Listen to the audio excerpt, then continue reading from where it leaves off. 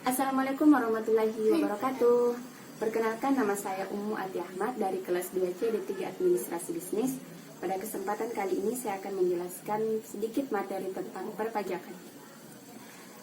Menurut Undang-Undang, pajak adalah kontribusi wajib kepada pemerintah atau negara yang terutang oleh orang pribadi atau badan yang bersifat memaksa berdasarkan undang-undang, dengan tidak mendapatkan imbalan secara tidak langsung untuk keperluan negara bagi sebesar-besarnya kemakmuran rakyat. Adapun perbedaan antara pajak dan retribusi, pajak, pungutan pajak berlaku untuk umum, seperti penghasilan, kekayaan, laba perusahaan, dan kendaraan. Sedangkan retribusi berlaku hanya untuk orang-orang tertentu yang menggunakan jasa pemerintah. Selanjutnya adalah nomor pokok wajib pajak atau NPWP. NPWP atau nomor pokok wajib pajak adalah nomor yang diberikan kepada wajib pajak sebagai sarana administrasi perpajakan yang dipergunakan sebagai tanda pengenal dan identitas wajib pajak dalam melaksanakan hak dan kewajiban perpajakannya. Selanjutnya adalah SPT atau surat pemberitahuan. SPT atau surat pemberitahuan adalah surat yang oleh wajib pajak yang dipergunakan untuk melaporkan perhitungan atau pembayaran pajak, objek pajak dan bukan objek pajak, dan harta atau kewajiban.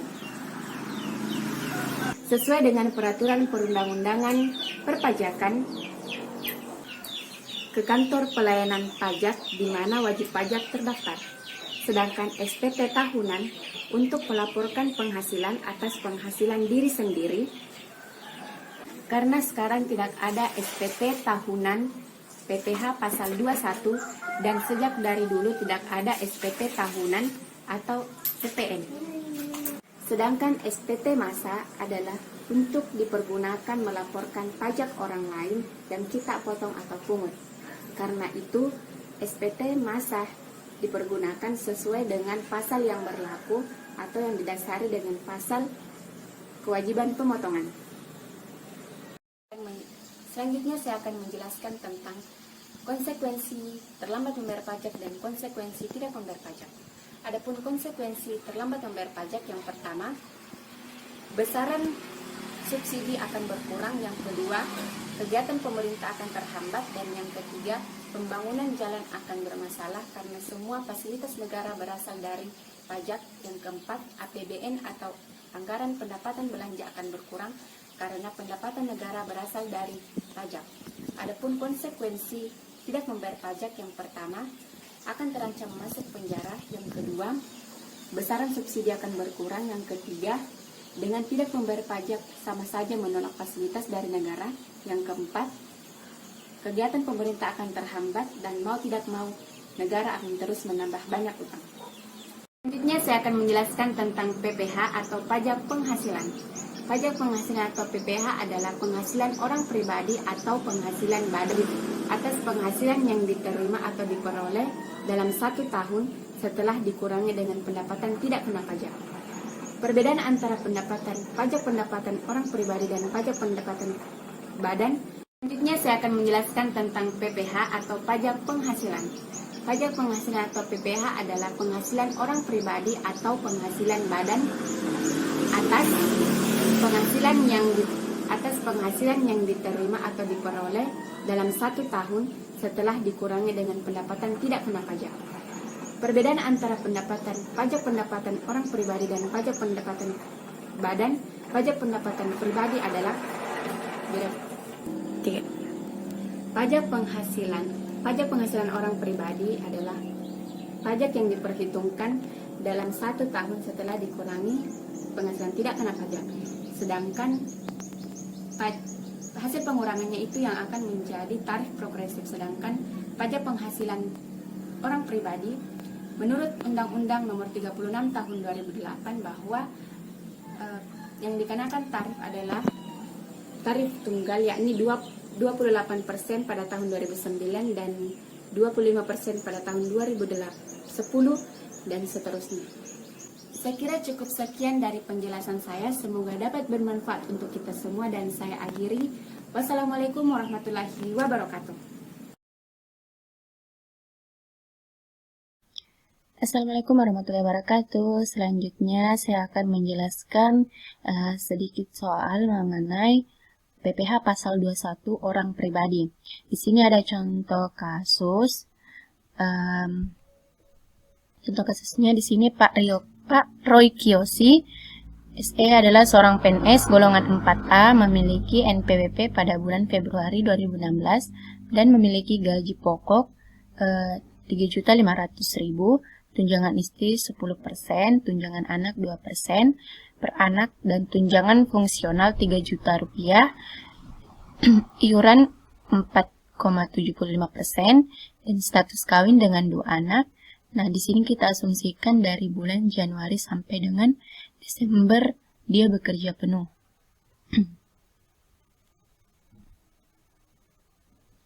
Nah, karena di sini dia memiliki 2 orang anak, jadi kita kali 2 tunjangannya di sini 4% ya, karena dia memiliki 2 orang anak.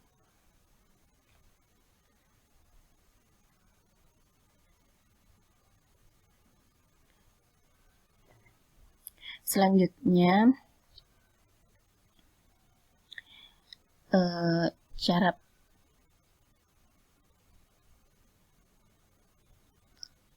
cara penyelesaiannya.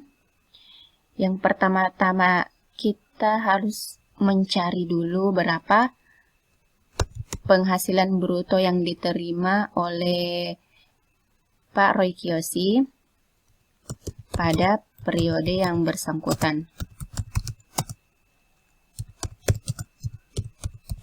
Kebetulan di sini Pak Roy Kiyoshi gajinya adalah,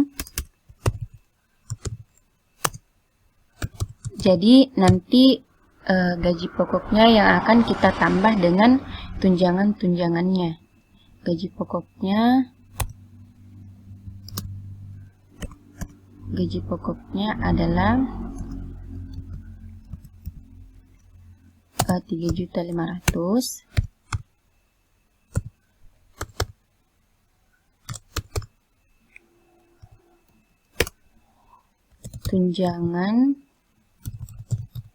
Tunjangan istri 10%. Di sini kita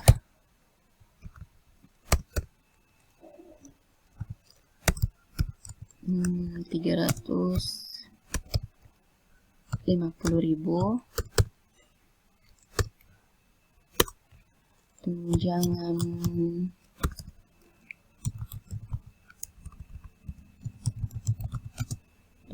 anak 4%.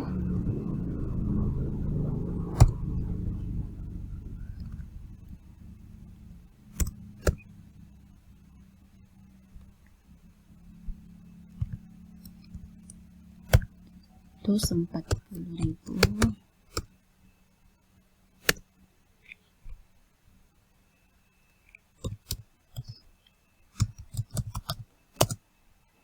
Dan tunjangan fungsional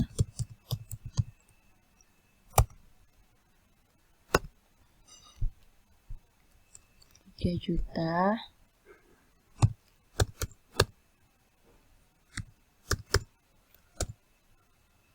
Dan total penerimaan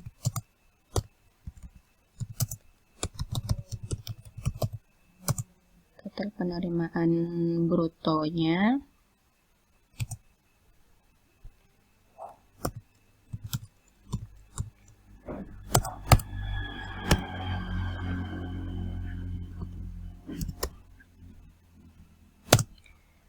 sama dengan, di sini kita jumlahkan 3.500.000 tambah dengan 3.490.000.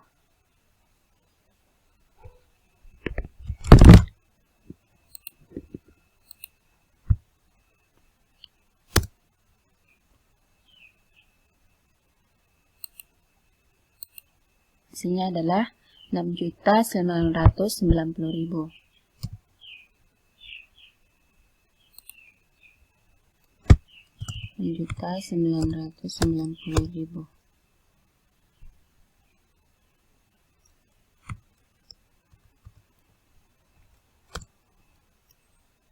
Ini yang kita kalikan dengan gaji pokoknya.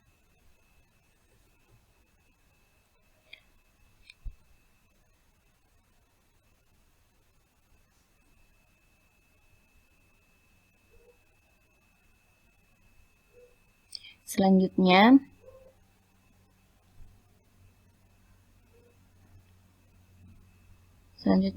kita menghitung berapa jumlah pengurang dari penghasilan bruto tersebut. Karena dia seorang PNS, maka akan dikenakan pengurangan berupa biaya jabatan sebesar 5%, dan biaya jabatan di sini tarifnya maksimal 500.000 dari hasil penerimaan bruto.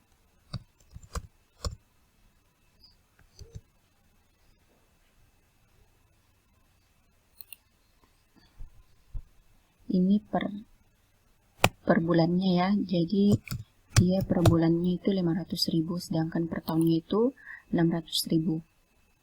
Maaf, 6 juta untuk per tahunnya. Sini 3.490.500 maksud saya. Kemudian biaya pensiun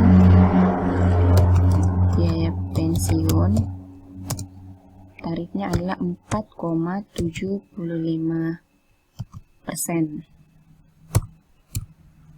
Sini kita 325. Nah, dia kita jumlahkan, jadi total pengurangnya adalah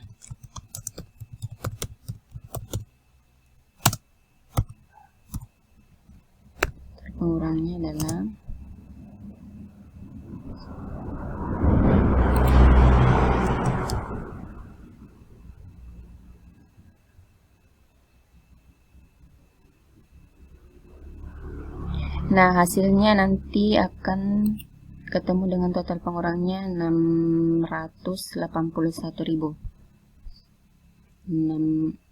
Jadi ini akan dijumlahkan tadi 681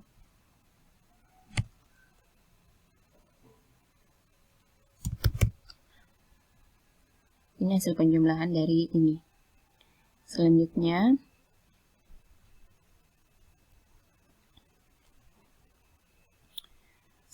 adalah biaya jabatan dan biaya pensiun ini dihitung dari penghasilan bruto. Jadi tarif yang sudah ditetapkan dikali dengan penghasilan bruto. Selanjutnya kita harus menghitung penghasilan, berapa penghasilan per bulan. Dihitung dari penghasilan bruto dikurang dengan pengurangan. Jadi hasilnya sudah ketemu di sini sebentar. 6.990 dikurang dengan 681.525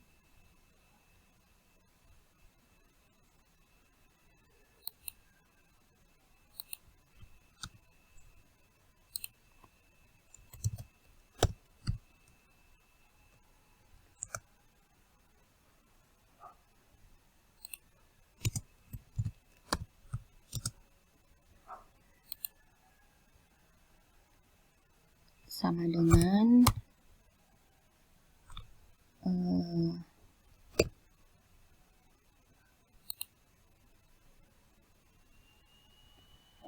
999 kurang dengan 681525. Hasilnya adalah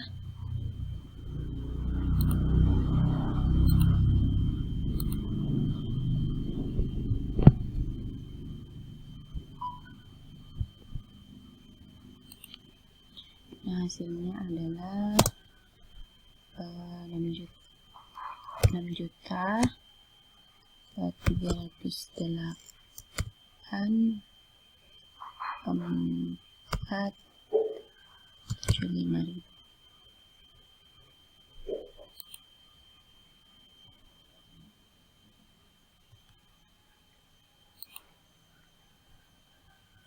Nah, selanjutnya penghasilan neto per tahun. Penghasilan neto per tahunnya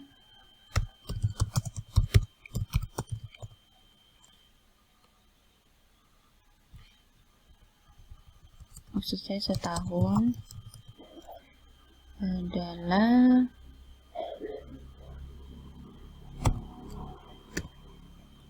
75.700.700 rupiah.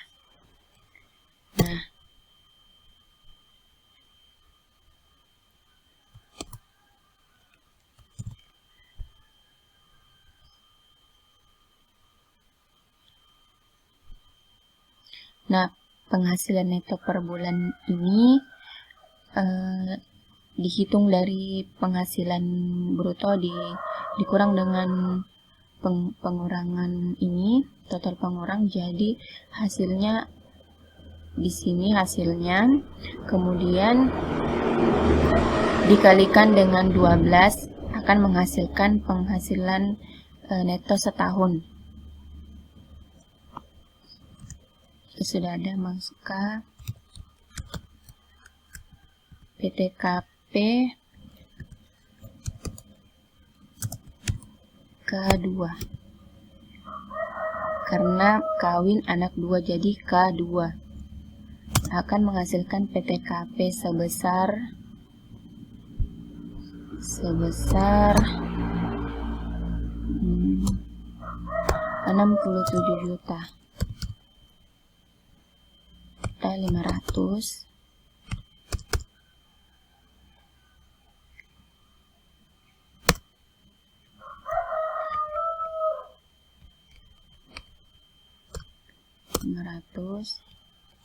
PKP sama dengan 8.201.700.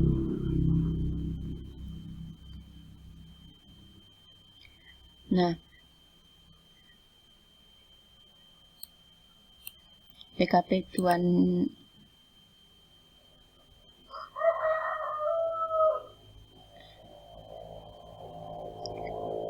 jadi nanti jumlah PKP ini yang akan dikalikan,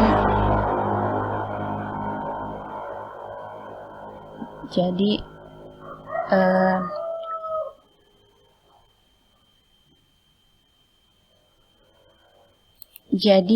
ini PKP nanti yang akan dikalikan dengan penghasilan pasal 17. Jadi sekarang kita akan menghitung pajak penghasilan 5% dikali dengan penghasilan PKP tadi, ini 8 juta.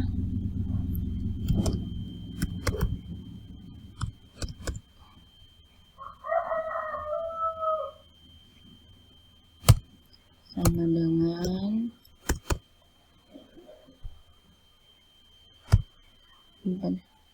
karena penghasilan kena pajaknya masih di bawah 5.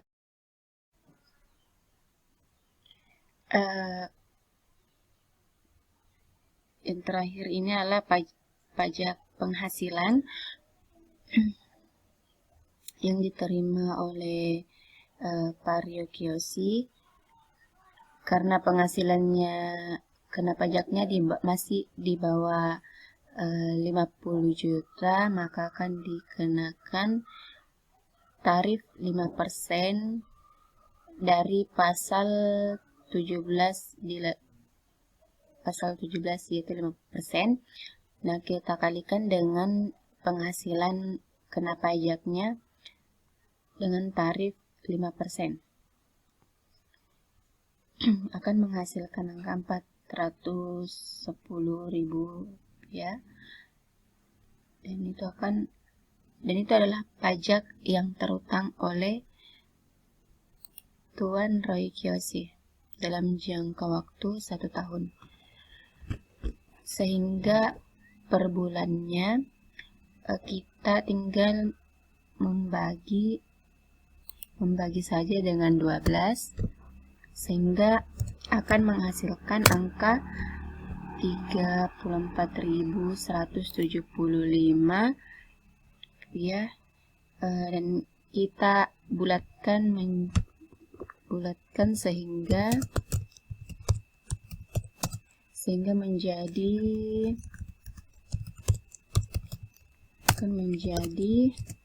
34.200.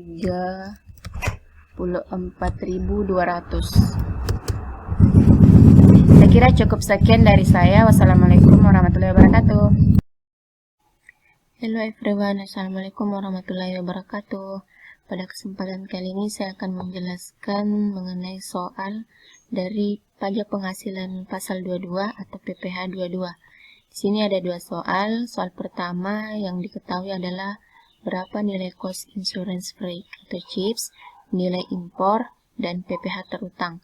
Soal yang kedua yakni berapa PPh pasal 22 yang terutang. Kita kerjakan soal yang pertama. Yang diketahui pertama adalah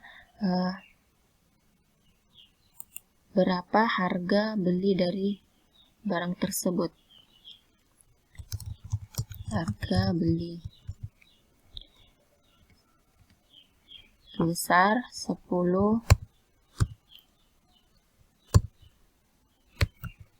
US dollar.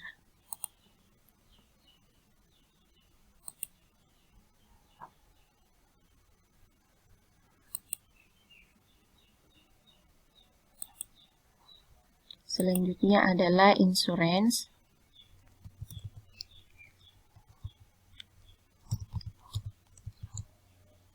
Insurance-nya berapa?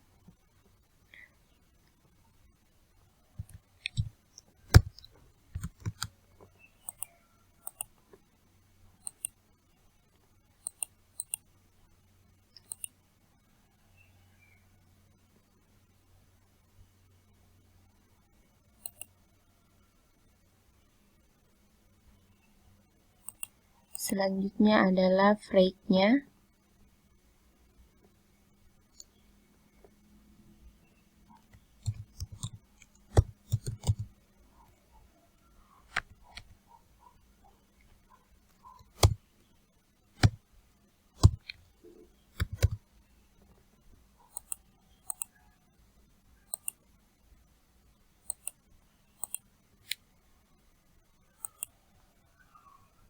Sini kita tulis total penjumlahannya. Kita jumlahkan dulu dari harga beli, insurance, dan freight.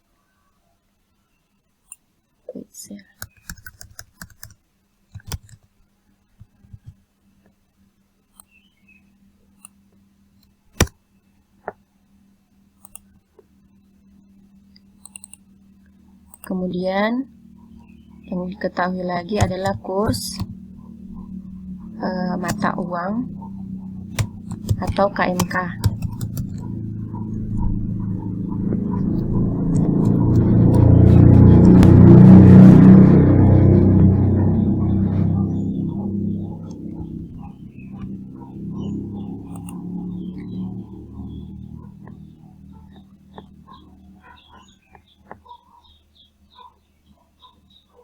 Sebesar 14.000.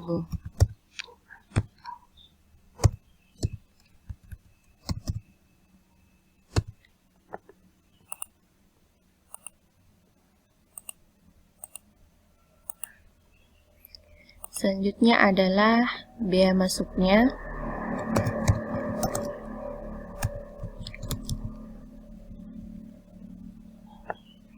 Berapa bea masuknya? Sebesar 20%.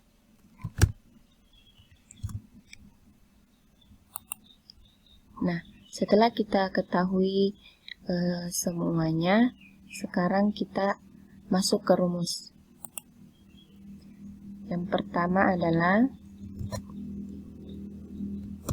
HB atau harga beli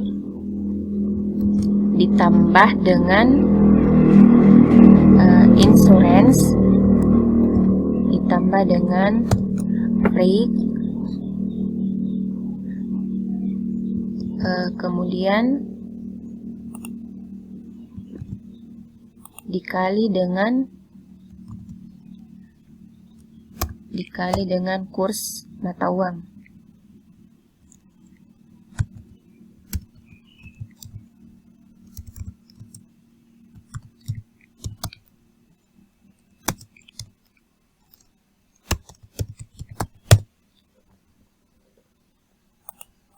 Nah, berapa tadi hasil penjumlahan dari harga beli insurance dan freight?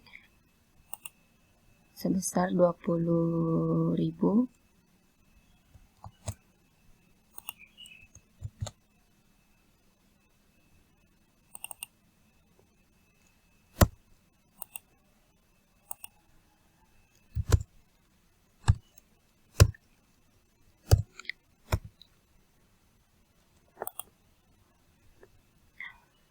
Kemudian kita kali dengan kurs rupiahnya berapa tadi? 14.000.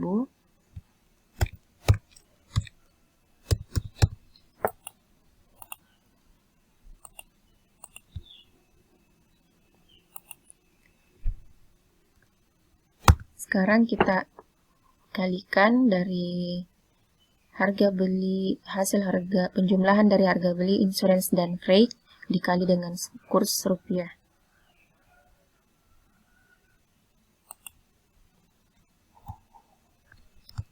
Kali dengan rupiah. Hasilnya adalah 281.274 US dollar. Oh, maaf, rupiah. Selanjutnya kita masukkan lagi bea masuk sebesar 20%.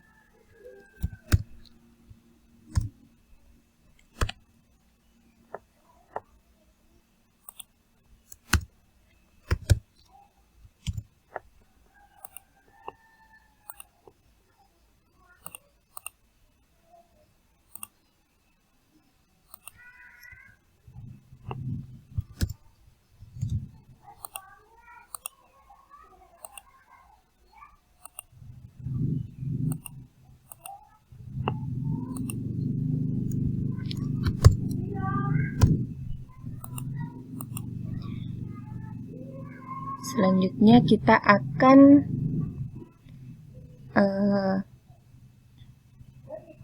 kalikan dengan bea masuk, kita akan kalikan dengan hasil dari nilai cost insurance. Jadi ini adalah belum termasuk chiefnya ya, ini adalah hasil dari harga beli insurance freight dikali dengan kurs rupiah. Selanjutnya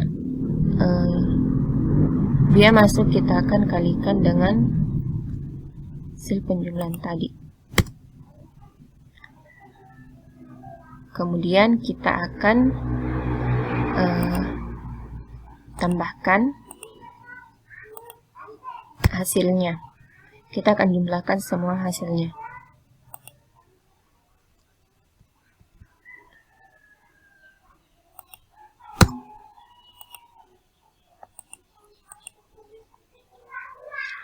Nah, ini yang akan menjadi nilai dari hasil dari chief. Nah, selanjutnya karena dia termasuk dalam tarif yang dikenal dengan angka pengenal impor atau API. Dia memiliki angka pengenal impor API. Kita tulis di sini PT MNO memiliki API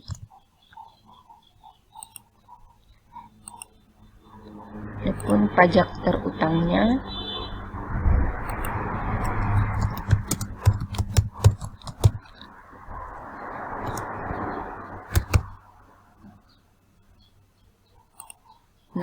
kita akan melihat tarif yang dikenakan apabila perusahaan tersebut memiliki API.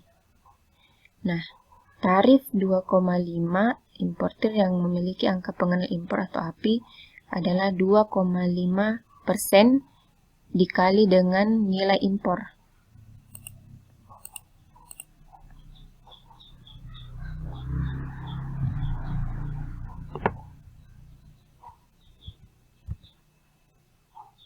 Dikali dengan nilai impor, importir yang memiliki angka pengenal atau API. Maka kita masukkan di sini 2,5%.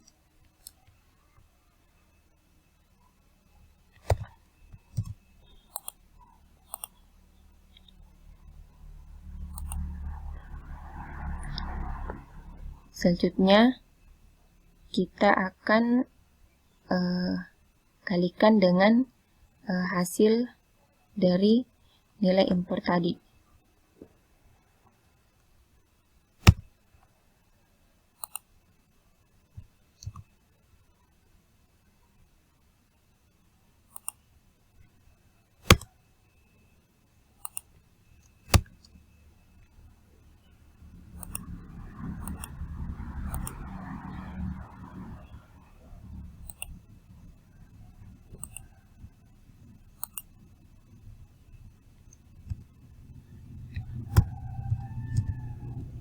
Persen kita akan kalikan dengan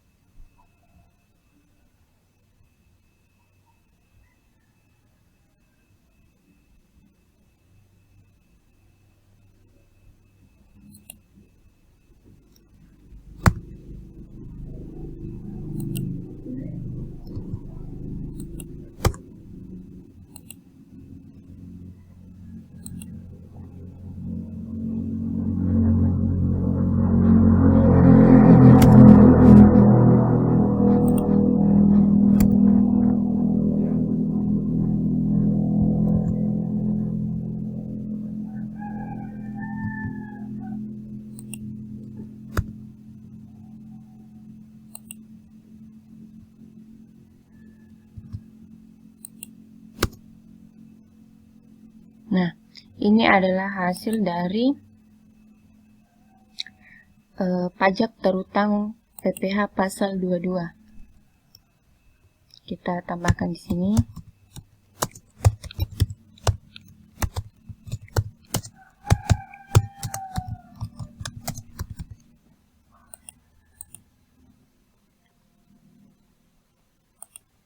Nah, ini yang menjadi pajak terutang. Nah, selanjutnya soal yang kedua.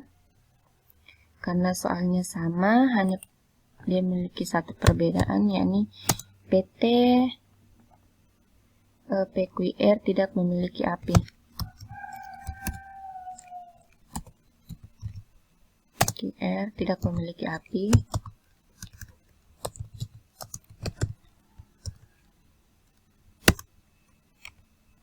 Yang ditanyakan adalah berapa pajak terutangnya.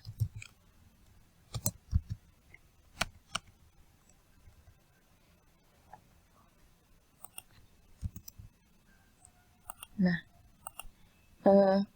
tarif yang digunakan untuk perusahaan yang tidak memiliki API. Kita lanjutkan tadi soal yang kedua. Perusahaan PQR tidak menggunakan API atau angka pengenal impor. Maka yang terkena tarifnya adalah impor yang tidak memiliki API, maka akan dikenakan tarif 7,5% dikali dengan nilai impor. Maka ini tadi 7,5%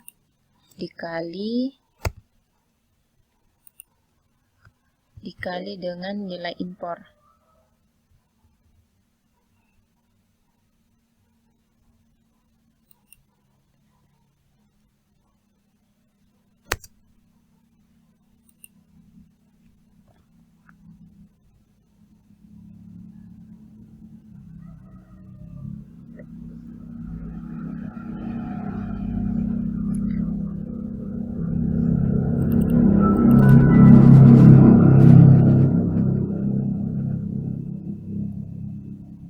Nah, inilah cara pengerjaan PPh pasal 22. Saya kira cukup sekian dari saya. Assalamualaikum warahmatullahi wabarakatuh.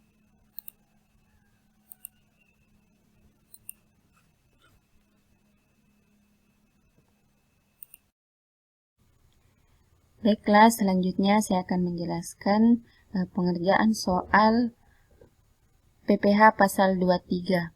Di sini terbagi atas 3 soal. Yang pertama, perhitungan PPh pasal 23 atas dividen. Yang kedua, perhitungan PPh pasal 23 atas royalti. Dan yang ketiga, perhitungan PPh pasal 23 atas bunga obligasi.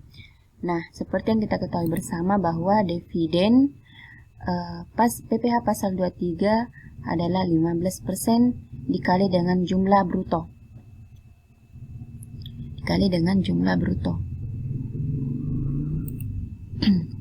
Nah, sini kita akan mulai menjawab.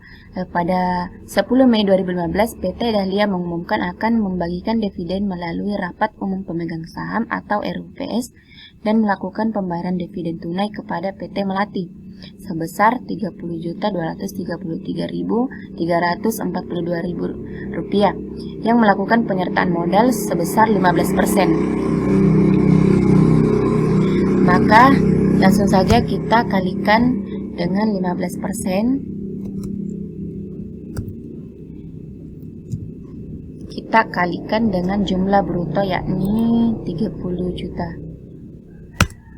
Sama dengan 4.535.000.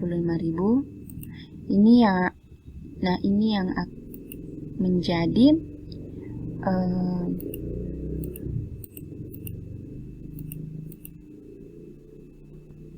selanjutnya yang saat terutang akhir bulan dilakukan pembayaran, yaitu 31 Mei. Kenapa 31 Mei? Karena di sini di akhir bulan 31 Mei di sini pada awal bulan itu 10 Mei. Jadi di sini 31 Mei 2015. Nah, saat penyetorannya itu paling lambat 10 Juni 2015. Ini satu bulan ya selisihnya sedangkan saat pelaporan yaitu 20 Juni, paling lambat 20 Juni setelah melakukan penyetoran. Selanjutnya perhitungan pasal atas royalti. Nah, sama saja dengan dividen, dia dikalikan dengan 15%. Pada 2 Agustus 2014, PT Mawar membayar royalti kepada Tuan Zainuddin sebagai penulis buku besar 50.275.346 rupiah. Tuan Zainuddin telah mempunyai NPWP. Ini nomor NPWP-nya. Maka langsung saja kita kalikan 15% dengan sama dengan 7.541.302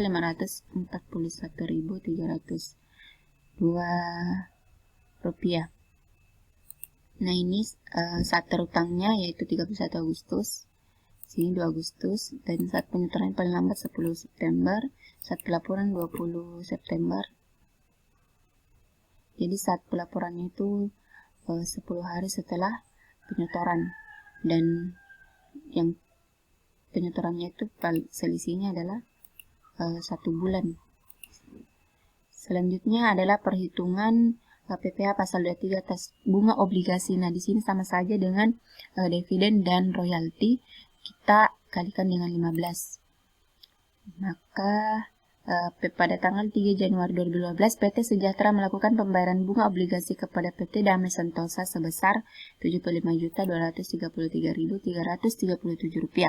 Obligasi tersebut tidak diperdagangkan di Bursa Efek Indonesia. Nah, sini langsung saja kita kalikan juga 15%.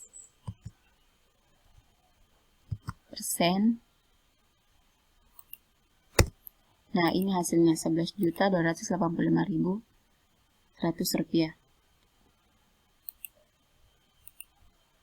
Nah, ini akan menjadi